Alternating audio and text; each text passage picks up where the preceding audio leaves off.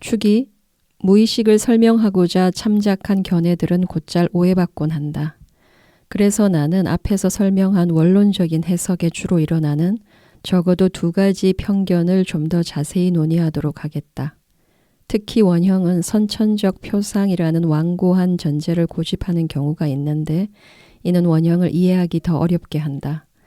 어떠한 생물학자도 각 개체가 자신의 일반적 행동 양식을 매번 새롭게 습득한다고는 생각하지 않을 것이다.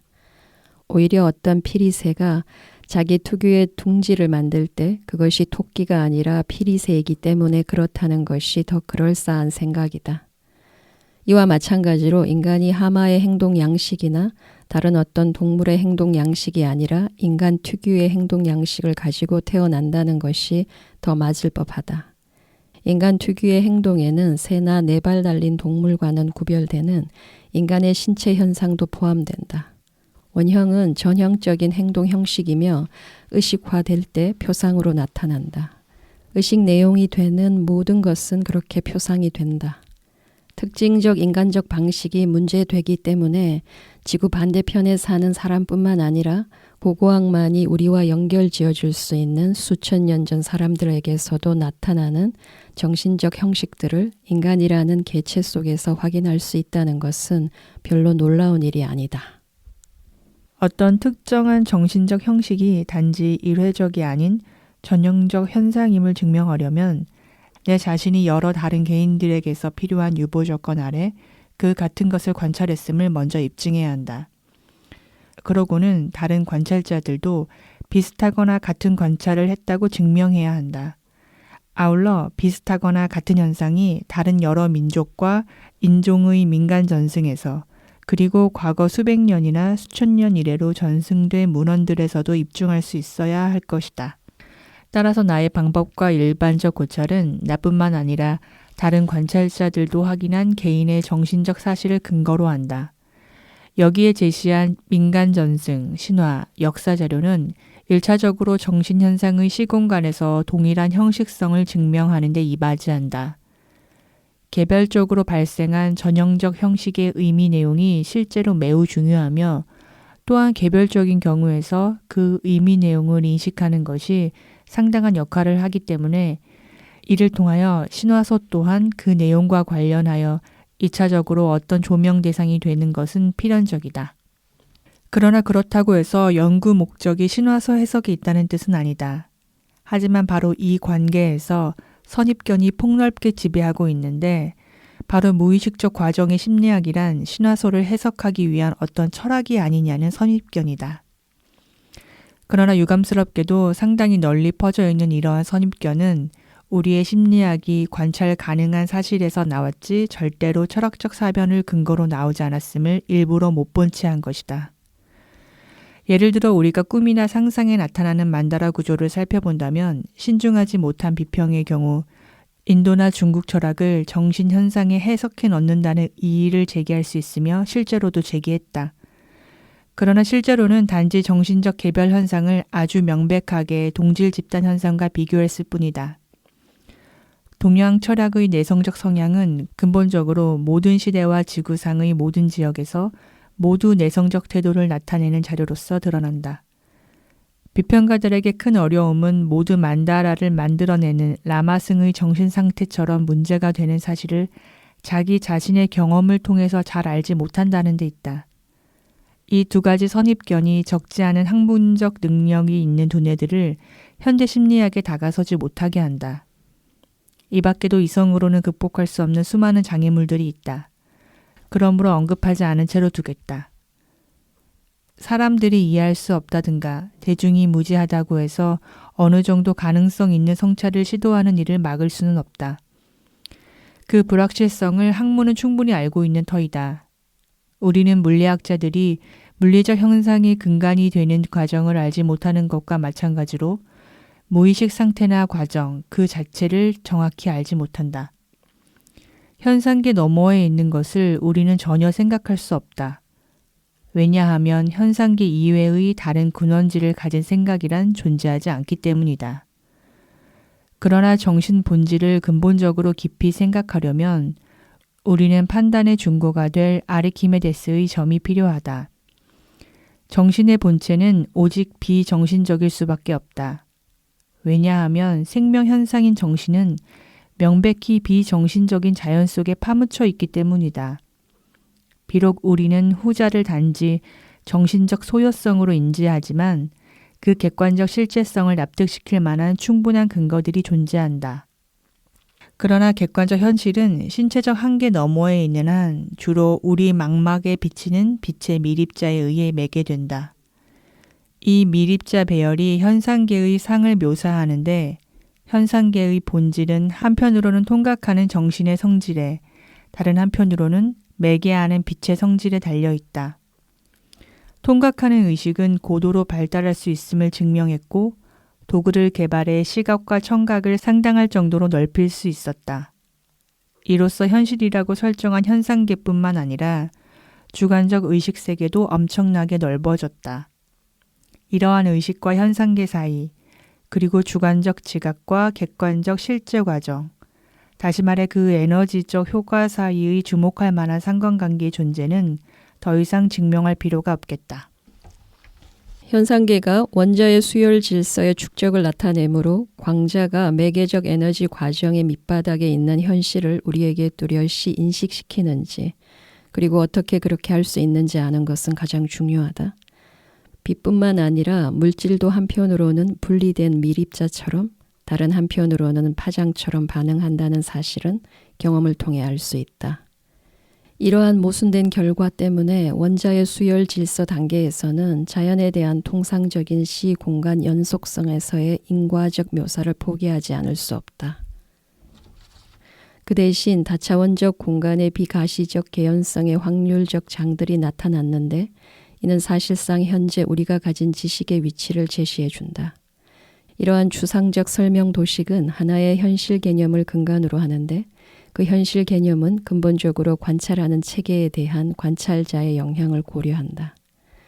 그렇게 함으로써 현실은 그 객관적 성격을 부분적으로 잃어버리며 물리적 세계상의 주관적 요인이 덧붙여진다. 원자 수열 질서 과정에 대한 통계적 규칙성 적용에 놀랄만치 일치하는 것이 심리학에도 있다. 그것은 심리학이 의식의 기초를 연구할 때 곧 의식적 과정이 생각할 수 없을 정도로 희미해지고 의식 내용에 배열하는 영향을 주는 작용만을 확인할 수 있을 때까지 의식 과정을 추적해 들어갈 때 그렇다. 이 작용을 연구하면 그 작용이 무의식의, 즉 객관적 현실에서 나온다는 특이한 사실을 발견하는데 그것은 또한 동시에 주관적 현실처럼 곧 마치 의식성처럼 반응한다. 무의식 작용의 근간을 이루는 현실은 또한 관찰하는 주체를 포함하기 때문에 상상할 수 없는 성질이 있다. 따라서 현실은 사실 가장 내밀한 주관적인 동시에 보편적으로 진실인 것, 곧 원칙적으로 어디에나 존재하는 것으로서 증명되는 것이다. 이것은 개인적 성질의 의식 내용에는 전혀 해당되지 않는다.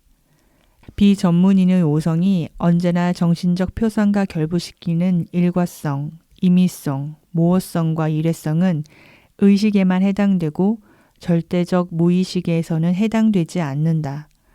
따라서 양이 아니고 오직 질적으로 규정되는 무의식의 작용 단위, 곧 이른바 원형에는 사람들이 확실하게 정신적이라고 묘사할 수 없는 성질이 있다.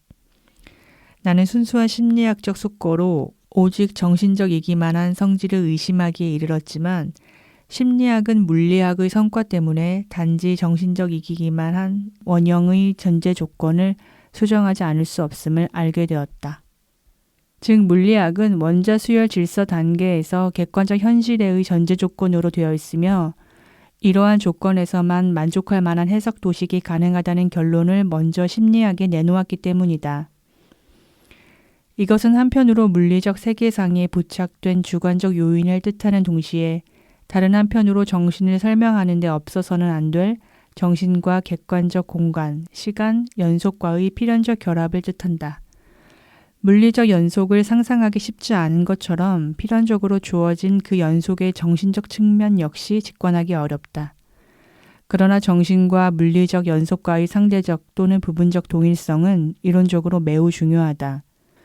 왜냐하면 그 동일성은 물리적 세계와 정신세계 사이의 표면상의 불가측성을 극복한다는 점에서 엄청난 단순화를 뜻하기 때문이다. 물론 일목요연한 방법으로 하지 않고 물리적 측면에서는 수학적 비유로, 심리학적 측면에서는 경험에서 유도된 요건, 곧 원형으로 극복한다. 원형의 내용은 만약 있다 하더라도 상상할 수는 없다. 원형은 관찰과 경험을 통해 비로소 나타난다. 곧 원형은 표상들을 배열하면서 나타나며 표상들은 그때마다 무의식적으로 일어나고 그래서 언제나 나중에야 비로소 인식된다. 원형은 현상계에서 유래함이 분명한 표상 자료를 동화하며 이로써 가시화되고 정신적이 된다. 따라서 원형은 우선 단지 정신적인 양으로 인식되며 유클리드 공간을 우리가 직접 인식하는 물리적 현상의 기반으로 삼는 것 같은 원리로서 파악된다. 정신현상에 대한 최소 광도의 설명은 비로소 원형의 비정신적 측면이 있으리라는 가정을 하게 된다. 이러한 결론의 근거는 동시성 현상이 제공한다. 동시성 현상은 무의식적 요소들의 활동과 연관되어 있고 사람들이 지금까지 텔레파시 등으로 이해하거나 배척해 왔다. 그러나 회의론은 당연히 존재하는 사실에 적용할 것이 아니라 옳지 않은 이론에만 적용해야 한다. 선입견 없는 관찰자라면 누구도 동시성 현상을 부인할 수 없을 것이다. 그 현상을 인정하지 않으려는 저항은 주로 정신에 있는 것처럼 꾸며낸 초자연적 능력, 곧 이른바 미래를 내다보는 능력 등에 대해 느끼는 거부감 때문이다. 동시성 현상의 다양하고 혼란스러운 측면은 내가 지금까지 확인한 바에 따르면 정신적으로 상대적인 공간, 시간, 연속체를 받아들이면 완전히 해명된다. 어떤 정신 내용이 의식의 문턱을 넘어서면 동시적 주변 현상이 사라진다. 시간과 공간은 통상적인 절대적 성격을 취하고 의식은 다시 주관성 안에 고립된다. 물리학에서 알려진 상호 보충이라는 개념으로 이해할 만한 경우 가운데 하나다. 무의식적 내용이 의식으로 넘어가면 동시성적 징후가 멈추고 반대로 주체가 무의식적 상태로 옮겨감에 따라 동시성적 현상을 불러일으킬 수 있다. 이와 같은 상호 보충 관계는 임상 경험에서 잘 알려지고 흔한 증례에서 관찰되는데 이들에서는 상응하는 무의식 내용을 의식할 경우에 특정한 임상적 증상이 사라진다. 다 아는 바와 같이 평소에는 의지에서 완전히 벗어나 있는 몇몇 정신 신체 현상을 최면, 다시 말해 의식의 제약을 통해서 불러낼 수 있다. 파울리는 여기서 나타난 보충 관계를 물리적 측면에서 다음과 같이 기술한다. 어떤 지식을 얻고 어떤 것을 잃을 것인가, 또는 쉽게 말해 A를 측정하고 B를 망가뜨릴지, 아니면 A를 망가뜨리고 B를 측정할지는 실험자의 자유로운 선택에 맡겨져 있다. 그러나 어떤 것도 잃지 않은 채 오로지 지식을 획득하기만 하는 것은 재량권 밖이다. 이것은 특히 물리학적 관점과 심리학적 관점과의 관계에 해당된다. 물리학은 양과 상호 간의 관계를 규정하지만 심리학은 어떠한 양도 잴 수 없는 질만을 규정할 수 있다. 그런데도 두 학문은 서로 의미 있게 근접하는 개념에 이른다. 심리적, 물리적 설명의 유사성은 이미 마이어가 논문 현대 물리학, 현대 심리학에서 제시하였다. 마이어는 두 학문은 수많은 기간 동안 분리된 작업에서 관찰과와 그에 적합한 사고 체계를 쌓아왔다. 두 학문은 비슷한 근본 성격을 지닌 어떤 경계에서 마주쳤다. 조사 대상과 감각과 인식기관이 있는 인간, 그리고 그 확대, 곧 측정기구와 측정법은 뗄 수 없는 상호관계에 있다. 이는 물리학뿐만 아니라 심리학에도 있는 상호 보충이다. 마이어는 물리학과 심리학 사이에는 심지어 진정하고 올바른 보충관계가 있다고 말한다. 우연의 일치에 불과하다는 비과학적 변명에서 일단 벗어날 수만 있다면 문제 현상이 절대로 드물지 않고 비교적 자주 발생하는 일임을 알 수 있을 것이다. 이 상황은 확률 이상의 라인의 실험 결과와 전적으로 일치한다. 정신은 절대로 임의성과 우연으로 이루어진 혼돈이 아니라 자연과학적 방법으로 탐구할 수 있는 객관적 사실이다. 어떤 징후들은 정신 과정이 생리적 기초와 에너지적 연관이 있음을 보여준다. 문제가 객관적 사건인 만큼 에너지 과정 말고 어떤 것으로도 해석할 수 없다. 다시 말해 우리는 비록 정신 과정을 측정할 수는 없지만 지각될 수 있는 정신에 의해 영향을 준 변화의 사실을 에너지 현상 이외의 것으로 파악하는 데는 성공하지 못할 것이다. 이로써 물리학자들이 몹시 불쾌해할 만한 상황이 심리학자들에게 생긴다. 심리학자는 측정할 만한 것을 손에 들고 있지 않은 채 에너지에 관해 말하고 게다가 에너지 개념은 수학적으로 정확히 정의된 크기를 나타내 정신적인 것에 그대로 적용할 수도 없다. 역학에너지 공식 곧 L은 2분의 mv 제곱은 질량과 속도라는 요소가 있는데 우리가 보기에 이 둘은 경험적 정신의 본체와 비교할 수 없는 것처럼 보인다. 그런데도 심리학이 시몬의 효능을 표현하려고 고유의 에너지 개념을 적용하고자 할 때에는 당연히 수물리학 공식을 쓰지 않고 다만 유추를 적용할 뿐이다. 그러나 이러한 유추는 원래 물리적 에너지 개념이 발달되어 나온 더 오래된 견해이기도 하다. 왜냐하면 물리적 에너지 개념은 과거의 수학적으로 정의되지 않은 에네르게이아 사용에 기인하기 때문이다. 에네르게이아는 궁극적으로 비상한 영향력이라는 원시적 또는 태고적 견해로 거슬러 올라가기 때문이다. 이것이 이른바 만화 개념으로 멜라네시아에 국한되지 않고 네덜란드령 인도와 아프리카 동부 해안에도 존재하며 부분적으로는 라틴어 누메네 또 부분적으로는 게니우스에도 그 어감이 남아있다. 현대 의학심리학에서 리비도라는 용어를 쓴 것은 원시적 만화와 놀랄만한 정신적 연관이 있다. 그러므로 이러한 원형적 견해는 절대로 단지 원시적인 것에 지나지 않는 것이 아니고 물리적 에너지 개념과는 양적이 아니라 주로 질적이라는 점에서 구별된다. 정확한 양 측정 대신에 심리학에서는 강도를 어림잡아 정하게 되는데 그 목적으로 감정 기능을 쓴다. 심리학에서 감정 기능은 물리학의 측량 자리를 대신한다. 정신의 강도와 그 도수 차이는 양적인 특성을 가리키지만 객관적 관찰이나 측정은 할 수 없다. 심리학적 확인은 본질적으로 질적인 것이지만 아울러 잠재적인 물리적 에너지론을 갖고 있다. 왜냐하면 정신현상에서도 특정한 양적 측면을 찾아볼 수 있기 때문이다. 이 양적인 것들을 어떤 식으로든 측정할 수 있다면 정신은 에너지 공식을 적용할 수 있는 공간에서 움직이는 어떤 것으로 나타나야 한다. 다시 말해서 질량과 에너지가 똑같은 본질이므로 정신이 공간에서 확인할 수 있는 효과가 있다면 정신은 질량과 속도에 적합한 개념일 것이다. 다른 말로 표현하자면 정신은 움직인 질량이라고 표현할 만한 측면이 있어야 한다.